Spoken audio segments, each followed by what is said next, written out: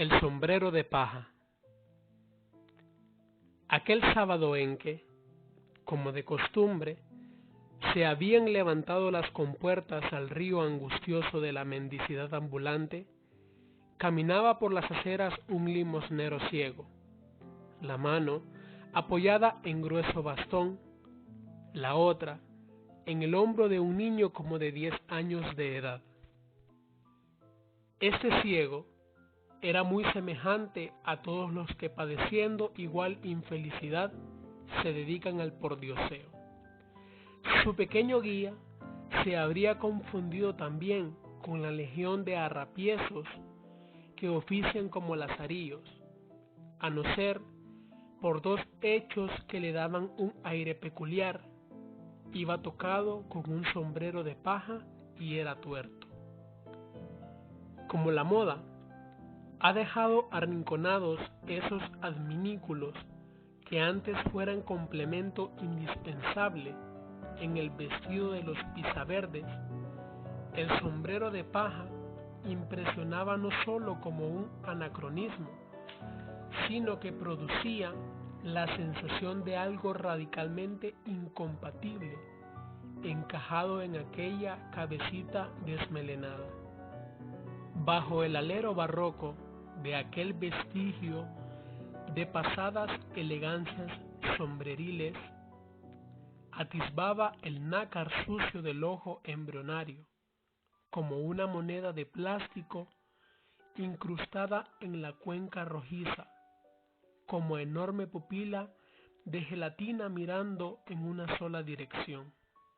De puerta en puerta el muchacho iba canturreando: una limosna para el pobre ciego, y generosidad por generosidad, cuando le caía un cobre en la mano lo agradecía. Dios y María Santísima se lo paguen. Los viandantes no dejaban de notar la bizarra catadura del rapaz, aquel sombrero de paja, pareado con el ojo cegato, era señuelo infalible para pescar sonrisas, medio burlonas, medio compasivas. Desgraciadamente, en la concurrencia de estas dos circunstancias se incubaba una tentación demasiado fuerte para que pudieran resistirla los glándules que se cruzaban en la vía con la indigente pareja. Cuando de pronto se vieron envueltos en una bola de escolares salidos del aula con el ímpetu de pajarillos que recobran la libertad, su propietario debió al malhadado sombrero de paja uno de los peores momentos de su triste existencia. En un trid lo habían arrinconado y lo aturdían a gritos. ¡Ja, ja! Míralo, qué tipazo. Quítenle el marquesote de la cabeza, que se coma el pajita. Como estas cosas suelen enardecer aún a los tímidos, ya le estaban dando empellones. Uno le aplicó un papirotazo, otro le pisoteó un pie. La víctima estaba a la defensiva, pero no demostraba terror. Era un contraste inquietante ver su ojo sano revolviéndose en la órbita con un bailoteo furibundo, lado a lado con la helada presencia del ojo muerto, viscoso como agua de lagunato. El más gañán de la partida enemiga quiso completar el desmandado ataque. Destocó al pequeño tuerto de su pajiza corona, tiró al suelo el sombrero y le hundió la tapa de un taconazo. El crujido fue como el que hiciera una gran galleta de soda, y aquella desgarradura debió repercutir fatídicamente en el corazón del niño pordiosero, porque allí mismo, pálido de muerte por la rabia, empezó a barbotar denuestos terribles. Los llamó hijos de esto y de lo otro. Les arrojó injurias venenosas. Mientras se desahogaba en esta forma, su mano apareció armada de un filoso cuchillito. El relumbrón del arma fue la seña para que la hueste agresora se disolviera. Todos corrieron, aunque la furia del ataque iba dirigida contra uno solo, el bravucón que había hecho de verdugo del sombrero de paja. Como estaba más próximo, tuvo más dificultad en escapar ante el acoso de aquel pequeño diablo que le tiraba puñaladas. Con el denuedo de un cruzado, hurtó el cuerpo con violencia, echándose de bruces. Caminó luego en 4 pies, como un gato, y a continuación salió en huida vertiginosa, como un pedernal lanzado por la onda. Una estacada le había cortado la blusa a todo lo ancho, y tal vez se llevara algo de epidermis. Otros golpes amatrozaron los tirantes del bolsón, que yació en el campo como trofeo del David ojizarco. A todo esto seguía insultándolos. Blandiendo la terrible navaja, les gritaba que se vinieran, si eran hombres, que les iba a sacar las tripas. Todo lo que se profiere en los ambientes tabernarios cuando la ira o el alcohol oscurecen la razón de los hombres. Los otros le coreaban desde la esquina soeces invectivas, pero era evidente que daban por terminada la batalla. Por último, el diminuto campeón los increpó: así les voy a hacer. Tras esas palabras, alzó el bolsón escolar para ensañarse con la inocente prenda, propinándole tremendos tajos. Por las heridas empezaron a salirle las entrañas. Toda la utilería de un alumno de primaria, cuadernos, lápices, borrador, compás, todo fue metódicamente pisoteado, trizado, desgarrado, y esta faena la hacía entre un acesar de animal rabioso. En tanto, el ciego andaba desorientado, tanteando el pavimento con su bastón. «No peleéis, Casimiro», imploraba con voz lastimera. «Casimiro, no pelees». Casimiro, oh extraña ironía de los hombres, estaba tratando de reparar su sombrero de paja. Por fin se decidió a encasquetárselo tal como estaba. La tapa se alzó un poco y por la abertura asomó una mecha de cabello que fue balanceándose como un airón. «Venga», le dijo al ciego, con acento protector. Le tomó la mano libre y la posó en su hombro. En la próxima puerta, con dulce vocecita, que parecía la de un ángel necesitado, salmodió: «Una limosnita para el pobre ciego». Casas vecinas.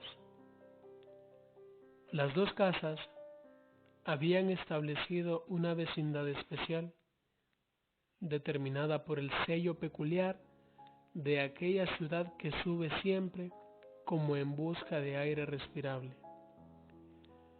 Una era achaparrada, tal si hubiera doblado el espinazo para arrebujarse en modesto chal. La otra se erguía con la firmeza erecta de un pequeño bastión que defiende comodidades burguesas. La más alta dominaba el lugar con aplastante predominio. Sus muros asomaban sobre el patio de la vecina, viendo con despectivo soslayo el pequeño mundo que allí se agitaba. Habitaban la casa grande 3 señoritas protegidas en su soltería crónica por el doble escudo de una virtud irreprochable y un apellido ilustre. Más de medio siglo transcurría desde que la familia Landívar se estableciera en la propiedad. Una abuela, el padre, la madre y otros moradores se fueron despidiendo del mundo con solemnidad y en gracia de Dios. Solo quedaban aquellas 3 mujeres, la niña Concha, la niña Socorro y la niña Rosario, absorbidas por sus devociones a San Antonio de Padua, por los cuidados de un patrimonio bien saneado y por su celo para repeler las tentaciones que suelen cruzarse por el camino de las almas pías. Por fuera, la casa era impenetrable y adusta. Por dentro, olía a tapices viejos, a sacristía y a chocolate dominguero. Sórbido entre comentos sobre la degradación de las costumbres, la confusión social de la época. Con tanto advenedizo surgido por allí sin que se supiera de dónde, como decía la niña Conchita, y el abandono imperdonable que el pueblo hacía de los templos. No, ya no hay fe, ya no hay fe, repetía la niña Socorro, repasando la aguja con dulces ademanes, mientras un rollizo franciscano, cuyos pulgares rosáceos ponían una nota alegre en la parda alfombra, y un coronel mostachudo, pretendiente inconfeso, asentían parsimoniosamente asomando los belfos sobre las tazas humeantes. En la casa de abajo, el río tumultuoso de la vida seguía pasando. Las señoritas Landívar, como las llamaban en el barrio, nunca sabían a ciencia cierta quién habitaba al lado. Los ruidos de la casa chica llegaban hasta ellas en confuso rumor, como un eco amortiguado de existencias que se suceden en tropel. Corriente turbia que discurría salpicando los muros de la vivienda señorial. Gente innumerable se había cobijado en la casa de alquiler. Los inquilinos llegaban y desaparecían arrastrados por el viento de la necesidad. El chocolate tenía esa tarde el sabor denso y perfumado de las infusiones inocentes. Domingo con sol de oro y beatitud burguesa. Las visitas habituales y una que otra amiga, de esas que van surciendo de casa en casa el historial menudo de los pueblos. Hacían la ronda en el lugar de las señoritas Landívar. ¿Cómo van de vecindario?, interpeló el coronel, repitiendo una pregunta que en el círculo se había hecho de rutina.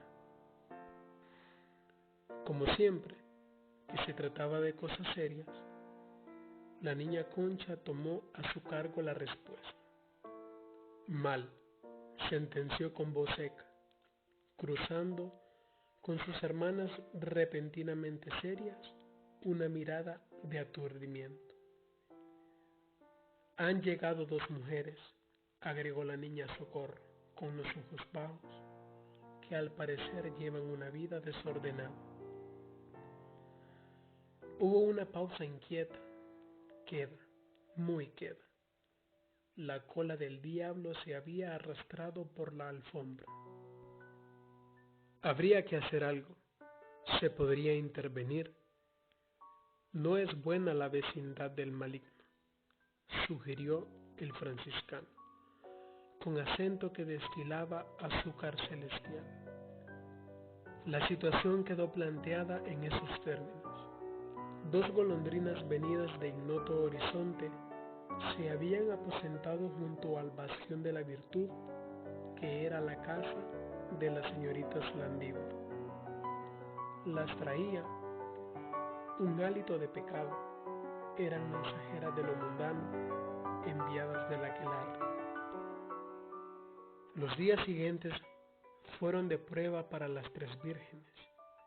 En la vivienda de abajo empezaba a organizarse la existencia de las nuevas moradas. Los peores presentimientos de las señoritas Landívar se veían cumplidos con exceso. Las mujeres de la vecindad eran lo que ellas pensaron y algo más. Aquellos tres corazones pudibundos empezaron a vivir en santo horror. Sus caras se pusieron tensas y en sus mejillas, pálidas de costumbre, aparecieron súbitos arrebatos, cuando el fuego de las pasiones que llameaba ahí cerca lamía los tres pechos contritos.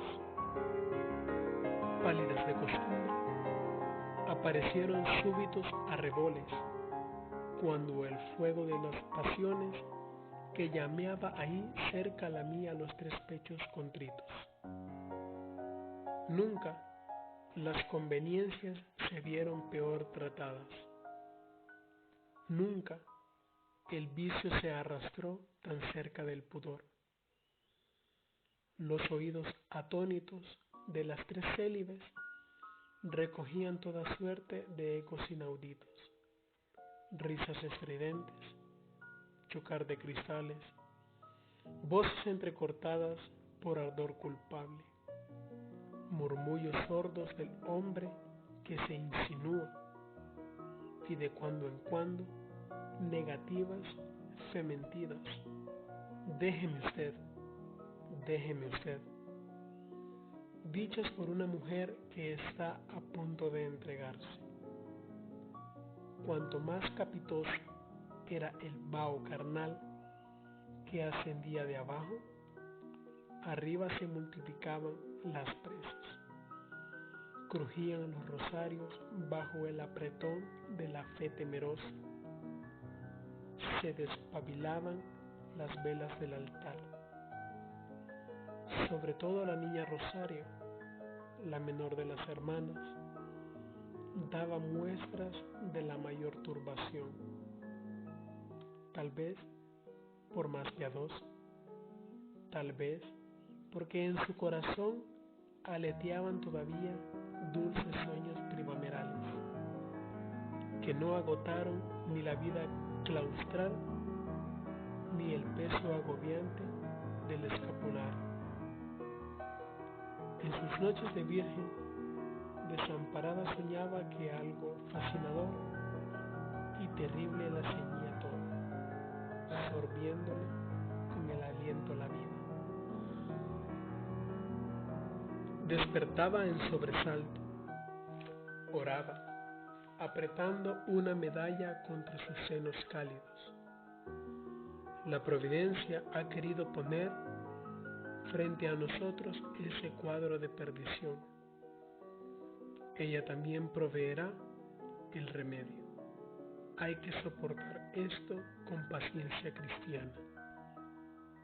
Los ojos de la niña Concha despedían sombrío fulgor, cual los de un predicante que abomina de la carne. Corazón enjuto, frío mármol, donde nunca se enredara la hiedra de una caricia. Aquel repentino estallido de pasiones atroces, a la puerta misma de su casto refugio, conmovía hondos repliegues de su ser. Ella no podía aspirar al amor, pero la vorágine del pecado atraía sus miradas fascinadas. Arrastraba su curiosidad entre un helado estremecimiento de temor religioso. Ciertas cosas se hacen sin previa calificación de su importancia moral. Se hacen y eso es todo. Así, la niña Rosario había tomado la costumbre de espiar la casa vecina. En la pared divisoria encontró un parapeto hecho a la medida de sus propósitos. Pobre corazón, aterido por el gélido soplo de abstracciones teológicas, sus ojos se dilataban espantados cuando ocasionalmente desfilaba ante ellos la procesión báquica del placer desenfrenado. Esta acechanza furtiva terminó por alterar sus nervios. Expiaba su curiosidad con el silicio de una virtud sombría y clamaba al cielo desesperadamente por aquel despertar repentino y brutal a la conciencia de la carne. En la noche sentía la vibración de cada uno de los poros de su piel y hubiera deseado entonces que una mano nervuda y cruel le maltratara hasta la muerte. Una noche, el latigazo emocional fue superior a sus fuerzas. El aire exhalaba un denso olor a vida. Bogando en aquella atmósfera lunar, veteada de misteriosas fragancias, sumido en el cuerpo en el dulce sopor que lo invade cuando transita por él un licor de jazmines. Era más punzante que nunca la angustia de estar sola, abajo. Las fauces del pecado se desarticulaban en la mueca del goce exasperado. Un libertino elegante sentaba sobre sus piernas a una de las cortesanas. Con un brazo le rodeaba el talle. Sus dedos crispados alcanzaban la orilla de un seno que surgía a medias del corpiño como tersa amapola. La mano libre tenía arrestos de pequeña fiera en los flancos del muslo poderoso. Entre el claroscuro de la noche, la carne era rosada y mórbida. La niña Rosario se apretaba convulsa contra el parapeto. Sin saberlo, lastimaba sus senos contra la dura piedra. Cálido rocío perlaba sus mejillas ardientes y entre el agitado vaivén de su pecho sonaba el leve retintín de las medallas, como la voz agonizante de la virtud amenazada. Bajó temblando de su observatorio, como hembra en celo que presiente la cercanía del macho. Intuía con delicioso horror que en ese instante estaba a merced del pecado. La niña Rosario tuvo que guardar cama. El franciscano diagnosticó anemia, pero la paciente sabía que era falta de amor, no el amor desfalleciente de las esposas de Cristo, sino el otro, el que pone rubíes en la sangre y titilar de esmeraldas en el alma. Tendida en el lecho parecía un lirio. Tenía la belleza transparente de esas azucenas que en los altares se arropan en fragancia mortuoria.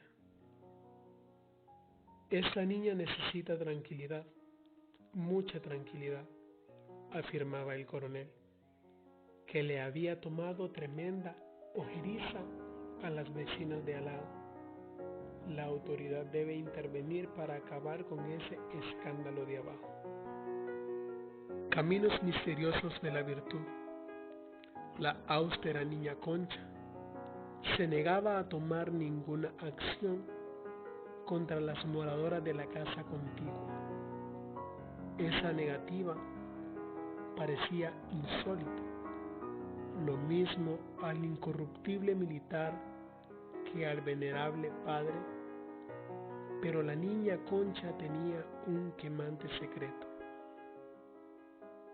Como aquellas pecadoras eran bonitas, como sus senos tenían un aire altivo y vibrador, como sus piernas parecían las bien torneadas columnas de un templo consagrado a recónditos goces, casi no había en la ciudad galán mozo o amante provecto que no hubiese pagado su tributo a aquellos dos ardientes pedazos de humanidad. Y así, cuando el alcohol o la pasión enturbiaban sus cerebros y aligeraban sus lenguas, surgía con cínica desnudez la historia drolática de 1001 macho cabrío que en la existencia convencional de la comunidad se escondían tras el antifaz del señor abogado, el señor doctor o el señor general. Pero tú que le sacas el dinero a ese imbécil del ministro para regalárselo al sinvergüenza de... El chasquido de aquellas lenguas luciferinas asperjaba el ambiente de fango ponzoñoso. La niña Concha estaba horrorizada. El mundo de sus viejos conceptos se derrumbaba entre llamas del infierno. Cuántos nombres conocidos aparecían a sus ojos marcados con el estigma de fuego. Dios mío, si hasta el adusto coronel salió un día a bailar en aquella zarabanda dionisiaca, por eso estaba tan interesado en alejar a las pájaras, como él mismo decía. Tal vez ignoraba la niña Concha que Dios tienta a los suyos por el flanco del orgullo, pues de aquella bancarrota general de la templanza, revelada a su conocimiento por modo tan inesperado, dio en sacar el envanecimiento, la satisfacción lunática, la borrachera de su virtud feroz y desalmada. Todos los días echaba la red de su curiosidad insaciable en busca de nuevos pecadores, de más vilezas sexuales. Aquel atisbo morboso se había convertido en la razón de su vida. Su virginidad era fruto descompuesto. Su corazón se cubría de hongos venenosos. Si las dos mujeres de la casa vecina prosiguieron un día su inacabable migración, no fue porque la niña Concha se interesara en ello. Desaparecieron porque peregrinar es el destino de estas mariposas cuyas alas coloridas agitan hoy el aire de un chispeante remolino de pólenes brillantes, para aletear mañana con fatiga incurable entre la sombra moribunda. Desde que se marcharon, la casa vecina parece la misma en su exterior sólido y tranquilo, pero en su interior deambulan con paso sigiloso los fantasmas de la duda y el pecado. El árbol de la discordia. El árbol había ocupado primeramente el centro de la plaza, tapizada de césped, refugio de taciturnos semovientes hostigados por el sol, amparo de vecinos platicadores cuando el estío envolvía las casitas del pueblo en ondas de fuego. Ya nadie recordaba quién lo había plantado, ni se tenía nociones de su edad. ¿Lo encontraron allí los primeros moradores, eligiéndolo como ángel tutelar del pueblo, o lo implantaron deliberadamente en el centro de la plaza como un culto primitivo a la fuerza de la naturaleza? Lo cierto es que el frondoso Guanacaste amanecía siempre condecorado de nidos trinadores y que en las tardes arropaba entre sus verdes hojas la melancolía titilante de los luceros. Todos amaban el Guanacaste del pueblo. Entre sus viejos recuerdos, cada habitante reservaba un lugar para el árbol amigo. Sus fuertes ramazones eran columpio de los niños, su sombra acogedora, remanso de enamorados, sus misteriosas voces nocturnas, inspiración de la leyenda popular. Bajo su copa hubo bailes y meriendas, como en una resurrección de clásicas edades. Entre sus robustas raíces tenían su habitáculo vaporosos fantasmas, cuyas formas sólo sabían discernir los ojos agoreros de las viejas. Valientes campeones se habían macheteado a sus pies, abonándolo con sangre turbulenta, y en los días patrios era el templo bajo cuya bóveda resonaban el verbo tremante del secretario municipal y los candarosos himnos de los escolares. Cuando Miraflores empezó a progresar, con esa calma milenaria que tienen en su paso los villorrios de Honduras, sobre la explanada verdeante del pueblo, mantel suntuoso para el rumiar epicúreo de los asnos mostrencos, fueron apareciendo materiales urbanos acumulados por el genio edilicio de los líderes lugareños. Desde entonces, a la plaza se la llamó parque, y también desde entonces el sitio perdió todo su encanto, porque el artificio con que se constituyó su gracia natural no poseía siquiera el atractivo del arte. También el rumoroso Guanacaste se municipalizó. Cierto que los ediles le permitieron seguir presidiendo las asambleas de los mirafloreños, pero mutilaron su grandiosa fuerza, elemental ocultando sus raíces bajo una masa de cemento y vistiendo su venerable tronco con un odioso calcetín de pintura blanca. Si hasta muchas de sus ramas, brazos paternales que se agitaban sobre el pueblo en perfumada bendición, fueron entregadas al hacha del verdugo, porque estorbaban la construcción de un kiosco, desde el cual una murga estrepitosa había de relevar en sus funciones artísticas a la orquesta de los pájaros. ¿Cómo fue?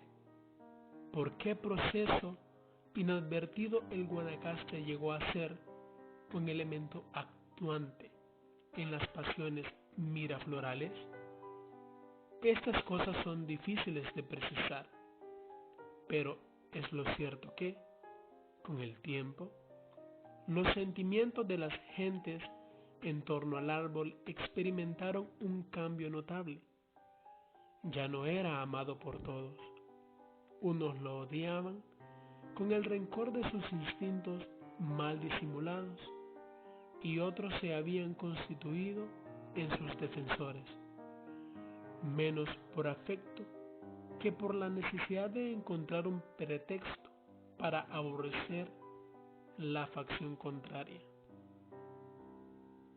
Según la opinión de personas que recuerdan estos episodios, la tormenta empezó a formarse cuando fueron cortadas las primeras ramas para hacerle espacio al kiosco de Marras. El eco de aquellos hachazos resonó en los oídos de algunos honrados vecinos como un verdadero sacrilegio. Pero a otros, más oportunistas, la ocasión les pareció que ni pintada para lanzar al señor alcalde y sus secuaces ataques de un feroz virulencia.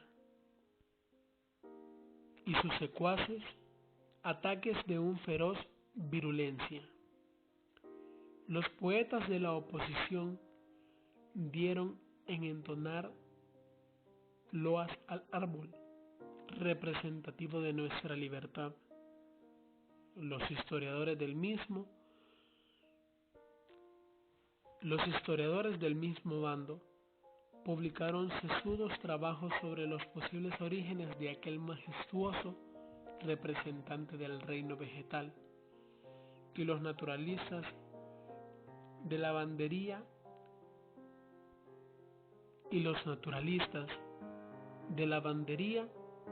disertaban en las esquinas sobre las bondades de las plantas.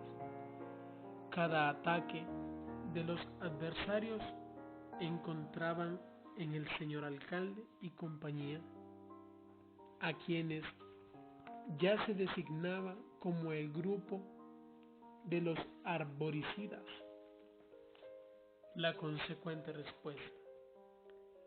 Los ediles buscaban disculpas curialescas para maltratar el airoso Guanacaste, que se vio así sometido a nuevas mutilaciones y a desempeñar humillantes oficios,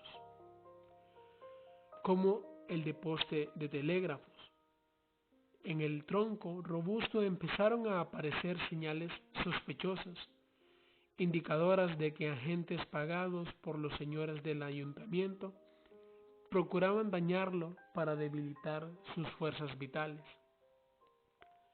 Cuando esa sospecha se difundió, ambos partidos establecieron servicios de vigilancia y contraespionaje, actividad que explicaba el origen de esas sombras sigilosas que en altas horas de la noche rondaban en torno al Guanacaste, como presagio de futuras desgracias. Un día vino en que las cosas se enconaron tanto que los honorables miembros del gobierno local habrían dado su hacienda por ver aquel lustroso follaje convertido en leña, y en que sus enemigos, correspondiendo a sus buenos deseos, gustosos habrían sepultado a toda la Cámara Municipal al pie de aquella enhiesta y musical pirámide. Situaciones como la que se había suscitado en Miraflores no pueden prolongarse indefinidamente. Se esperaba que cualquiera de las partes adoptase una decisión heroica, y fue la honorable municipalidad la que tomó la iniciativa, cansada de aquel statu quo en que casi siempre llevaba la peor parte.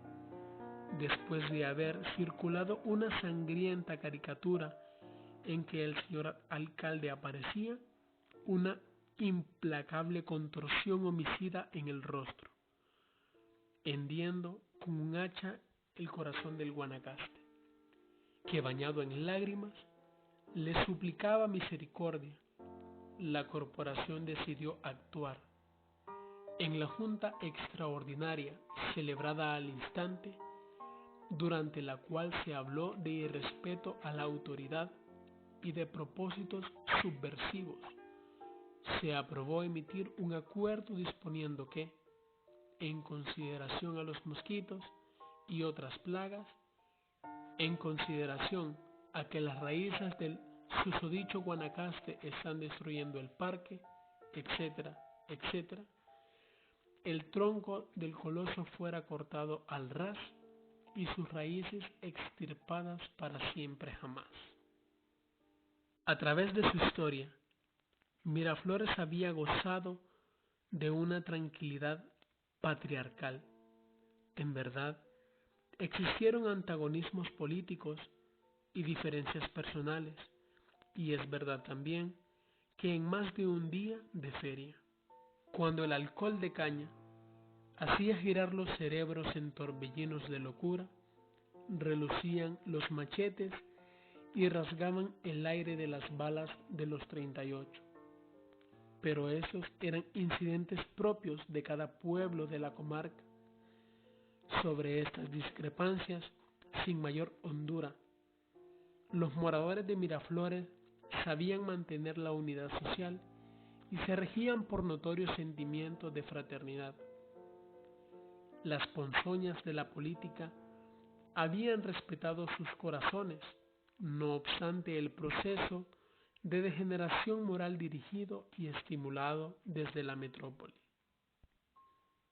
Es indudable que, últimamente, aquella primitiva limpieza de sentimientos venía siendo alterada por fermentos malignos, que solo necesitaban una oportunidad para manifestarse en la superficie. Esa ocasión la proporcionó el bando en que la municipalidad informaba a los vecinos del acuerdo tomando para derribar el Guanacaste, a medida que el reducido piquete de soldados, al son del clarín, marchaba por las empedradas calles del pueblo, deteniéndose en cada esquina para que el heraldo pudiera leer la ordenanza. Una muchedumbre de airados vecinos se iba condensando a su paso. Si sus miradas eran al principio de interrogante desconcierto, luego fueron endureciéndose con el coagulante del odio, cuando comprendieron todo el alcance del reto que la autoridad les lanzaba a la cara.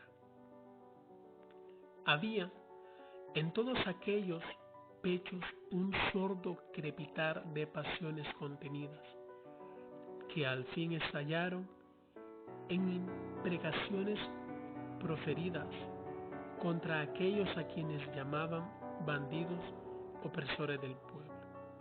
Por último, la gritería ensordecedora apagó las voces del pregón. Arreciaban los insultos y algunas piedras fueron lanzadas contra los milites, que atemorizados por la inminente agresión, dispararon sus armas al aire como recurso para cubrir un prudente repliegue. La lucha estaba declarada. Los dioses protectores de aquel pueblo perdido entre las breñas velaron aquella noche, dolidos por el cuadro que el futuro mostraba a sus ojos penetrantes. Nadie durmió en esas vísperas agitadas, celebrándose conciliábulos en los cuarteles de los dos bandos enemigos, y en ambos sectores estaban informados al detalle de lo que pasaba en el otro campo, porque de la descomposición social habían surgido ya personas maestras en el arte de espiar. Se supo que el alcalde había dispuesto llevar a cabo su designio de abatir el árbol a la mañana siguiente, y que, precaviéndose contra la inevitable resistencia, estaba armando a sus prosélitos. También los vecinos aprestaban sus armas con esa fría y casi indolente determinación con que el hondureño se ha lanzado siempre a las luchas civiles. En el curso de la noche fueron despachados a la capital telegramas enigmáticos, especie de anticipadas explicaciones disculpatorias por lo que pudiera ocurrir, pero que en el fondo nada informaban, por si nada ocurría. ¿Quién puede señalar en estos casos al culpable? En las versiones posteriores del hecho, se amalgamaron los más contradictorios testimonios, distribuyéndose las responsabilidades según los intereses partidaristas de los relatores. La verdad es que cuando muy de mañana se presentó el señor alcalde en el lugar de la ejecución, iba rodeado de un despliegue militar insólito para aquel pequeño y olvidado pueblo.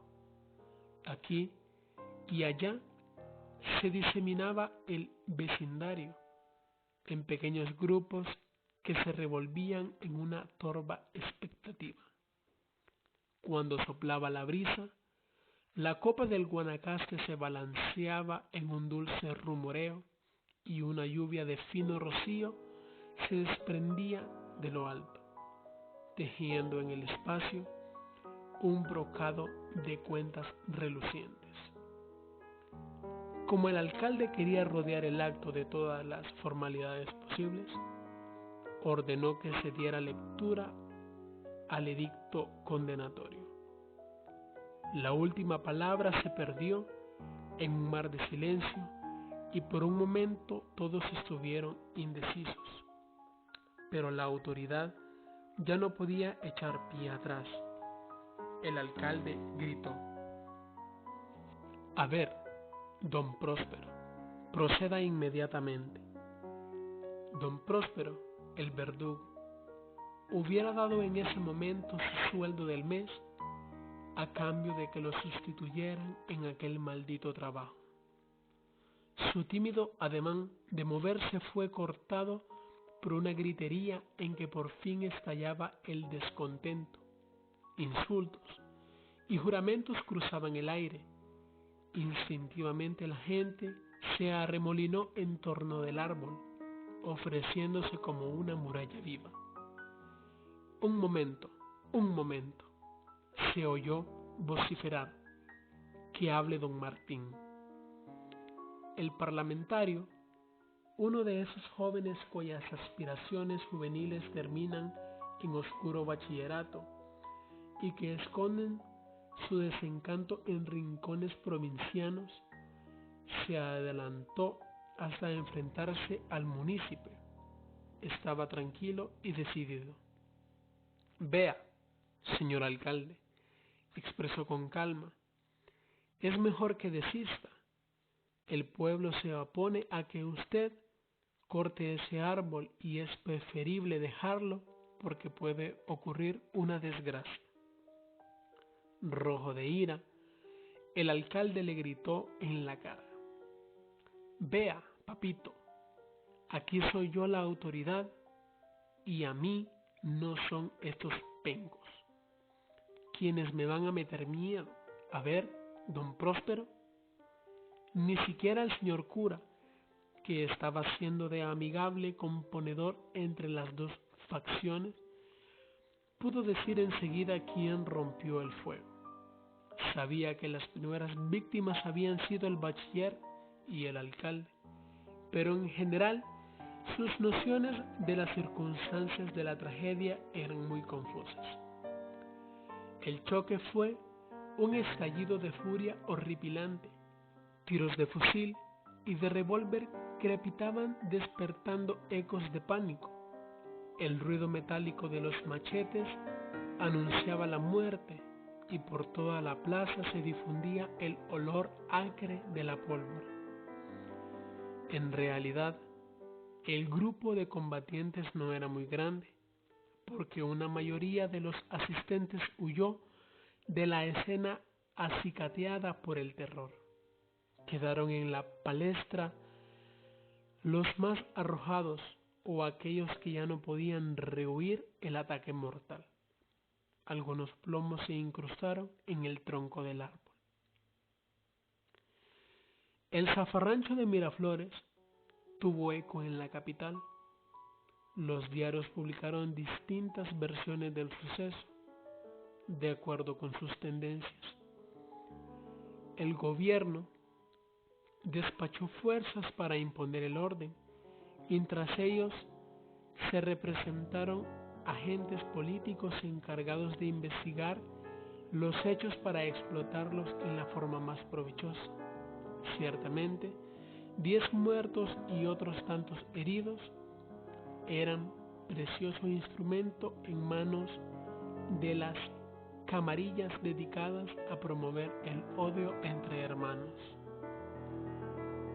Que en nada es el hombre tan pertinaz como en sus odios, lo demostraron esa vez las iracundas vejaciones de que el inocente Guanacaste siguió siendo objeto, como si las pasiones encontraran un cauce atacándolo con saña. Una noche volaron con dinamita la mitad de sus raíces, pero el cíclope continuaba aferrándose a la tierra en un desesperado intento de vivir. Manos desconocidas le hicieron perforaciones en el tronco y vertieron en ellas sustancias corrosivas. Otra vez se escuchó un martilleo sospechoso y en el próximo amanecer sendos barrenos aparecieron clavados en la viva carne vegetal. Hasta se solazaba el encono arrojándole toda suerte de inmundicias. El árbol decaía. Con el tiempo, sus hojas relumbrantes tornándose opacas y al fin fueron arrebatadas por el viento. De su antigua gracia opulenta solo quedaba una silueta cadavérica, recortándose contra el cielo las regiones de su cúpula devastada. El pueblo envejecía a su lado. La sangre dejó un rastro indeleble y muchas familias se apartaron de Miraflores con repugnancia, dejando tras sí el cuenco abandonado de muchos hogares vacíos. El tronco roído es hoy pasto de las hormigas, como el corazón del hombre es pasto del odio y la violencia.